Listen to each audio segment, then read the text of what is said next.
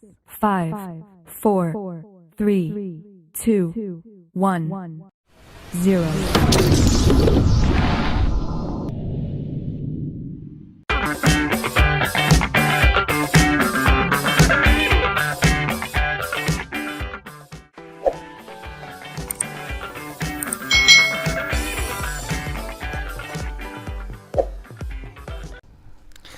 Hai, selamat datang di channel YouTube Kak Citra. Apa kabar adik-adik semuanya? Kak Citra berharap kalian dalam keadaan yang baik, sehat, dan siap untuk belajar ya. Hari ini kita akan belajar bersama-sama untuk mata pelajaran tematik kelas 3. Kita belajar di tema 8, Praja Muda Karana, subtema 3, Aku Suka Bertualang, pembelajaran yang kedua. Mari adik-adik kita belajar dengan penuh semangat ya. Adik-adik, kita akan belajar mengenal budaya Indonesia. Indonesia negara yang kaya akan budaya loh. Ada berbagai macam suku dan agama di Indonesia. Masyarakat memiliki kebiasaan dan budaya yang sangat beragam. Bertualang untuk mengenal budaya Indonesia merupakan tanda cinta tanah air. Bertualang untuk mengenal keindahan juga merupakan kegiatan yang menyenangkan. Nah, keragaman budaya itu dipengaruhi oleh letak wilayah Indonesia. Indonesia itu negeri yang sangat luas dan kaya adik-adik. Indonesia yang luas itu terdiri dari lautan dan daratan. Indonesia juga memiliki pantai dan pegunungan yang sangat indah loh. Nah, kebiasaan masyarakat di pegunungan itu berbeda dengan masyarakat yang tinggal di pesisir pantai. Nah, di sini adik-adik kalian lihat nih gambar berbagai pakaian adat yang ada di seluruh Indonesia. Jadi Indonesia itu kaya akan budaya, kaya akan alam ya adik-adik ya. Kita patut bersyukur tinggal di negara kita Indonesia. Adik-adik, perhatikan gambar berikut ini ya. Ini adalah gambar burung Garuda adik-adik. Meskipun berbeda-beda, bangsa Indonesia itu tetap hidup rukun ya. Semua harus bekerja sama menjaga Indonesia. Nah, hal ini sesuai dengan semboyan bangsa Indonesia, yaitu Bhinneka Tunggal Ika. Semboyan tersebut itu terdapat pada lambang negara Garuda Pancasila. Semboyan tersebut tertulis pada pita yang dicengkeram oleh burung Garuda. Ini adik-adik ya, tulisannya adalah Bhinneka Tunggal Ika. Apa artinya? Walaupun berbeda-beda tetapi tetap satu juga. Nah, keberagaman itu harus disyukuri sebagai rahmat dari Tuhan adik-adik. Menerima dan menghormati perbedaan termasuk sikap yang disukai oleh Tuhan. Adik-adik, di sini ada Udin yang beragama Islam, lalu ada Edo yang beragama Kristen Protestan. Udin dan Edo ini walaupun berbeda agama tetap hidup rukun bersama. Udin dan Edo itu menerima dan menghormati perbedaan.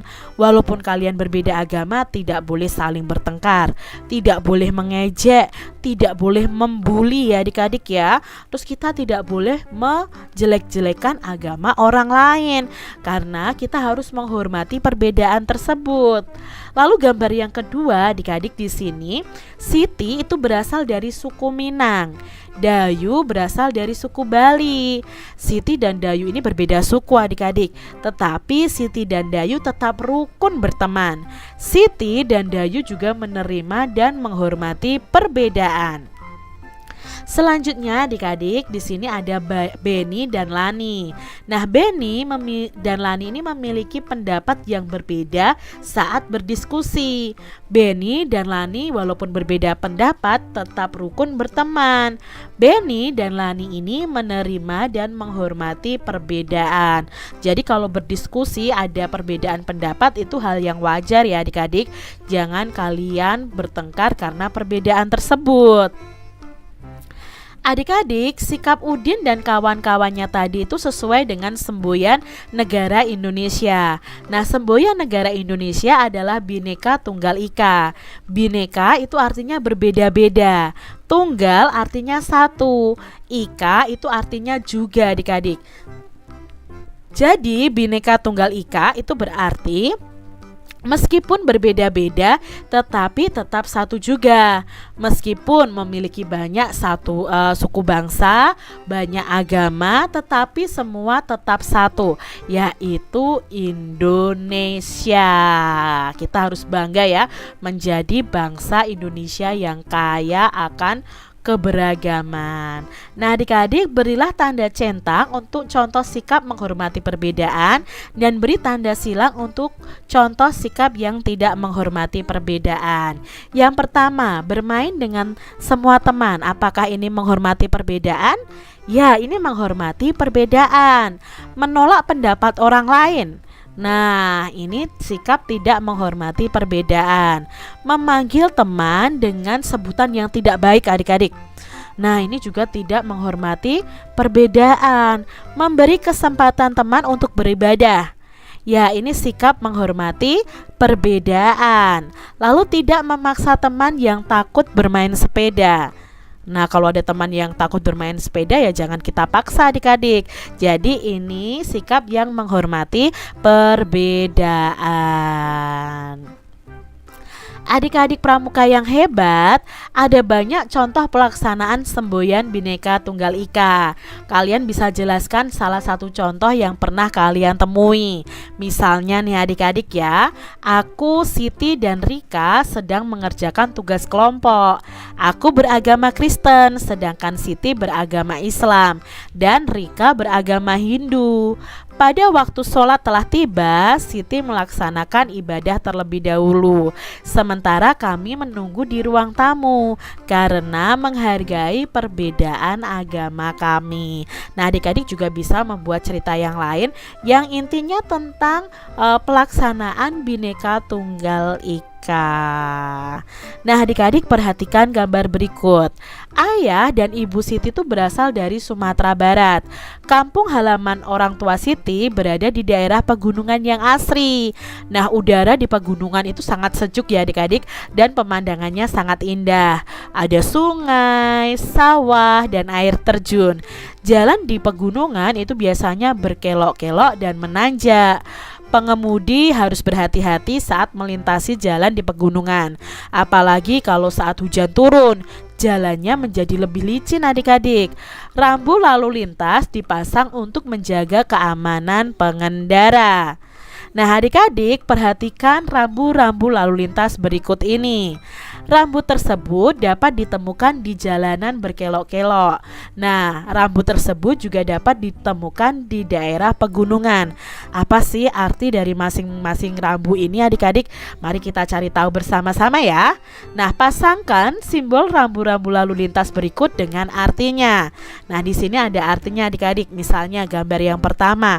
Ini artinya bahwa area yang ada tandanya ini adalah daerah yang gampang longsor adik-adik.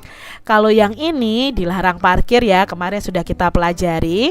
Kalau yang seperti ini, nah ini adalah memperingatkan bahwa jalan itu licin adik-adik, harus berhati-hati. Kalau ini dilarang berhenti. Nah, kalau tanda ini artinya jalannya itu berkelok-kelok. Itu ya adik-adik ya, arti dari masing-masing rambu lalu lintas yang ada. Menurut kalian mengapa sih harus dipasang rambu jalan yang berkelok adik-adik? Nah, harus dipasang rambu jalan berkelok itu agar pengguna jalan itu mengetahui trek jalan yang akan dilalui dan bisa lebih berhati-hati adik-adik. Makanya harus ada rambu jalan yang berkelok adik-adik. Nah, adik-adik, Indonesia itu memiliki berbagai macam jenis permainan tradisional. Keanekaragaman permainan tradisional itu menambah kekayaan Indonesia. Salah satu permainan tradisional di Indonesia adalah galasin. Nah, permainan ini tuh banyak dimainkan di berbagai daerah.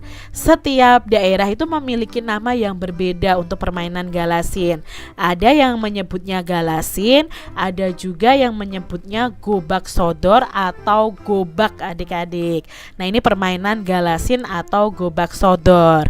Nah, cobalah bermain galasin ya adik-adik bersama dengan teman-teman kalian.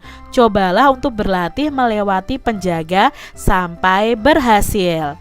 Ikuti petunjuk berikut ini ya untuk bermain galasin adik-adik. Buatlah garis dulu ya, garis penjagaan menggunakan kapur tulis, lalu garis membentuk lapangan segi 4. Nah, lapangan tersebut dibagi menjadi 6 bagian. Ini 6 bagian ya adik-adik ya. Lalu buatlah garis di tengah lapangan. Garis ini sebagai tempat atau jalan kapten atau sodor adik-adik. Lalu buatlah 2 tim. Masing-masing tim bisa terdiri 3 sampai 5 pemain. Satu tim akan menjadi yang tim jaga dan tim lainnya akan menjadi tim lawan. Penentuan tim dapat dilakukan dengan pengundian. Anggota tim yang mendapat giliran jaga akan menjaga lapangan. Tempat yang dijaga adalah garis horizontalnya ini adik-adik ya. Nah, kapten tim akan menjaga garis batas yang vertikal ya, yang vertikal ini. Lalu penjaga garis horizontal harus berusaha menghalangi lawan. Nah, penjaga garis horizontal dapat bergerak ke kanan dan ke kiri. Tugas penjaga garis vertikal itu menjaga keseluruhan garis batas vertikal. Nah, garis vertikal merupakan garis yang terletak di tengah lapangan ini adik-adik. Penjaga garis vertikal itu bergeraknya dari depan ke belakang atau sebaliknya. Nah, tim pemain harus berusaha melewati seluruh garis horizontal dari batas horizontal paling depan sampai batas horizontal paling belakang. Mereka juga harus kembali ke tempat semula. Mereka harus dapat melewati penjaga tanpa tersentuh. Nah, kalau sampai tersentuh berarti harus bergantian. Tim jaga jadi tim lawan jadi tim jaga. Nah, ini adalah permainan galasin atau gobak sodor yang bisa kalian mainkan bersama teman-teman kalian. Adik-adik, permainan ini sangat mengasihkan untuk dimainkan. Perlu kelincahan agar dapat melewati para penjaga. Untuk memenangkan permainan ini sangatlah sulit. Perlu kerjasama yang baik antar pemain. Nah, kerjasama yang baik akan membantu keberhasilan dalam memenangkan permainan. Saling memberi pendapat dalam permainan merupakan bagian dari kerjasama. Saling menghargai dalam permainan juga bagian dari kerjasama. Nah, menerima dan menghargai berbagai sifat teman merupakan sikap menerima perbedaan. Sikap tersebut sudah sesuai nih dengan semboyan negara kita Indonesia, yaitu Bhinneka Tunggal Ika. Demikian tadi adik-adik pembahasan kita di tema 8, subtema 3, pembelajaran yang kedua. Semoga video pembelajaran ini bermanfaat ya untuk adik-adik semuanya. Dan sampai jumpa lagi di video pembelajaran Kak Citra selanjutnya. Tuhan memberkati. Jangan lupa tekan tombol subscribe, lalu tekan loncengnya, tekan juga tombol like, lalu share ke media sosial kalian. Jangan lupa untuk ikuti media sosial Kak Citra. Terima kasih.